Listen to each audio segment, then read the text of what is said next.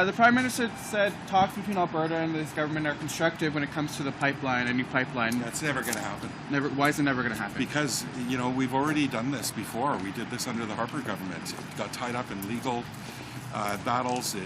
There's just no business case. There's not even a proponent for it. I mean, it's a distraction from Danielle Smith's failure to, support people in her own province. Teachers, she's putting pressure on teachers that are asking for a fair wage, and nurses, and, let's face it, the Conservatives and Liberals right now, they're having a battle right now on who can build more pipelines faster. So, I'm heading into the House of Commons right now, and it feels like, the pipeline wars are happening right now in the middle of a climate crisis. So, completely missing the mark on what's happening. We just had wildfires. The last 5 years, we've seen wildfires like we've never seen across this country.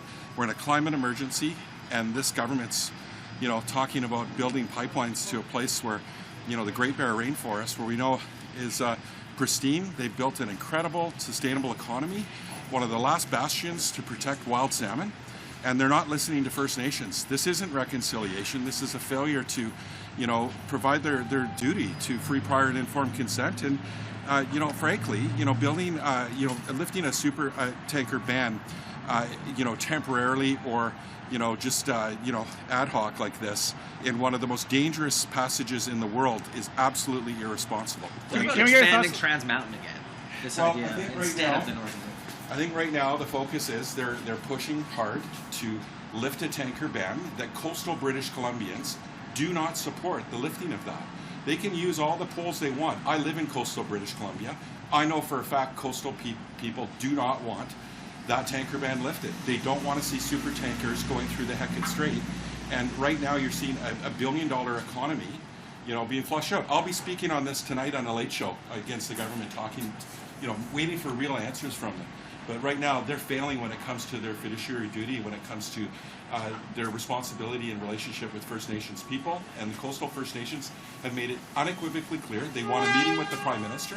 He's failing to meet with them. He needs to meet with them first. Just really quickly, can we get your thoughts on the Prime Minister's comments this weekend when he was asked the last time he met with Trump? I don't know if you saw those. What I can say right now is the focus is right now on my home province of British Columbia. They're not meeting with the Prime Minister needs to meet with British Columbia.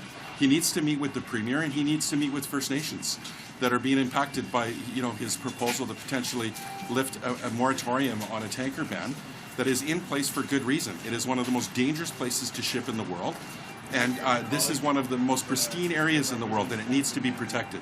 Thank you.